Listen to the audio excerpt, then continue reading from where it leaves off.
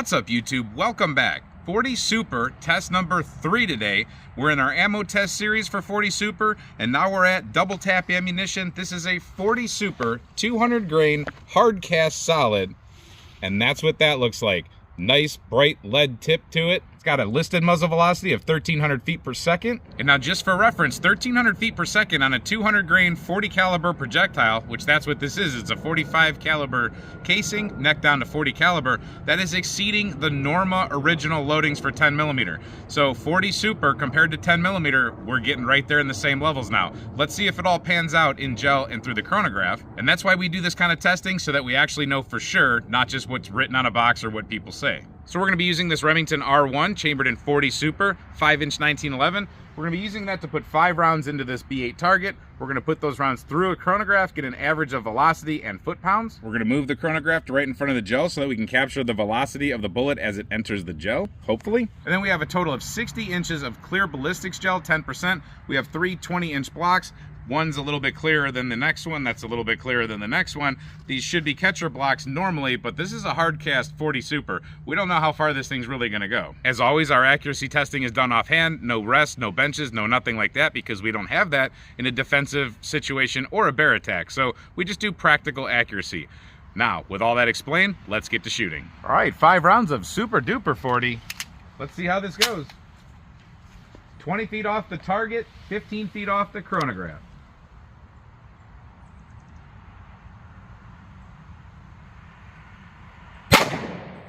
That is some spicy stuff at 1273. Let me see if I can keep my hand on the gun a little bit better, but we did hit the X-ring.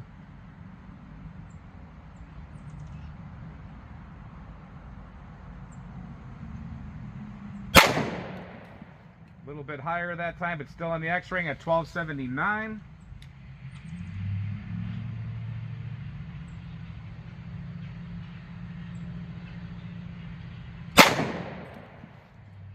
$12.77.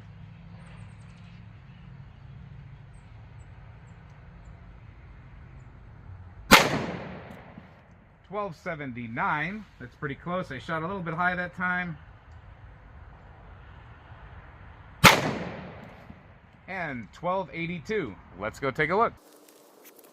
All right, I forgot it was 40 Super. I should have held on a little bit better. My first one did hit the X, but my hand came off the gun. After I remembered I was shooting a real caliber, things went pretty well here. I had one touch the X, and then I got one a little bit high for some reason because I didn't level off my sights properly. But overall, very accurate. It is a little bit hot in the hand. It's like one of your higher end 10 millimeters, but it's still shootable as long as you remember to keep both hands on the gun. And then something interesting here happened on the target. I'm not sure what happened. Something must have came back through, a little piece of wood or something, because you see some backwards holes here that came through the target, like a little shotgun effect of something. All right, hopefully we get a 1,300 or so feet per second for this. Let's shoot the gel block and see how far we get.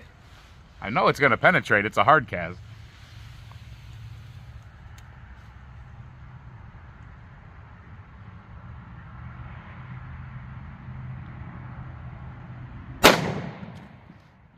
Nice, we have 1290.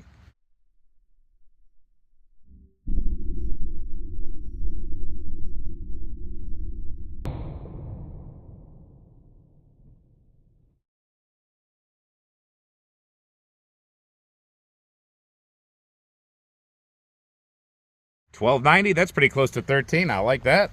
And coming over here to the gel block, we can definitely see where lead hit the block. You can see the black ring or the gray ring from the lead.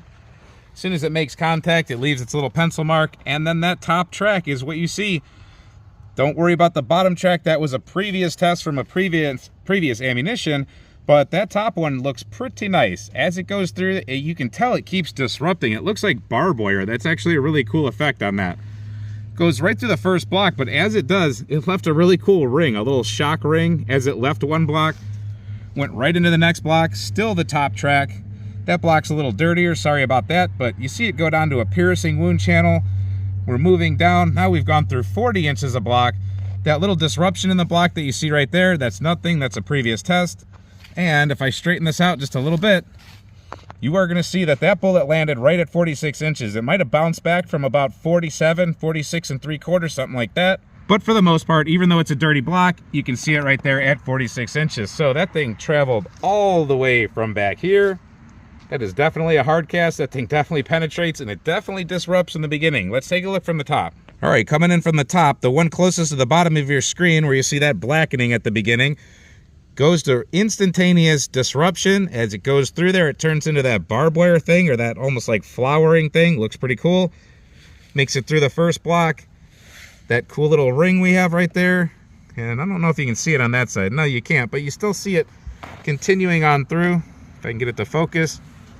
Continues all the way down there until it gets to its final resting place, all the way right there. Let me get you a better view of the final resting place. It's right there. So its path as it came into that block came right there, and then zoom. Sorry, all of our blocks can't be perfect. These things are super expensive, and we shoot them a lot and remelt them, so they don't stay perfect for long. But very nice all the way from the beginning. All right, after digging that little booger out, there's what it looks like. It doesn't really deform much at all. It is definitely a Hardcast. That's a well-constructed Hardcast round right there. That was very fast, and it went very deep. It created a lot of disruption, but it didn't deform itself. It still has its gas check intact. The gas check right there is that piece of copper shielding on the back to try to keep it from fouling up the barrel. I'm not going to worry about putting up the diameter or the weight of the bullet because you know what it's going to be. But overall, very good performer. Didn't really deform itself at all. So a good performer, but not a deformer. There you go. I really like 40 Super. I like 40 caliber and 10mm in general. I think you can see why. When you get it going to good speeds, it can do some pretty cool things, especially a properly constructed Hardcast round. You saw that if I did my job, the accuracy was there. You saw the temporary wound cavity, and that slow motion was pretty cool. Then you saw what was left over in the permanent wound cavity. Let me know in the comments what you think of this ammunition, 40 Super in general, or Hardcast in general. I'm interested to know your thoughts. We got many more tests coming up with 40 Super, 45 Super, 450 SMC, 357 SIG, 10mm, you name it, we're testing it. At least most of the decent handgun calibers. There's the information, use it how you want it, and we'll keep bringing more to you. Thank you for watching this video, hope to see you at the next video, and until then, stay safe, have fun, and keep shooting.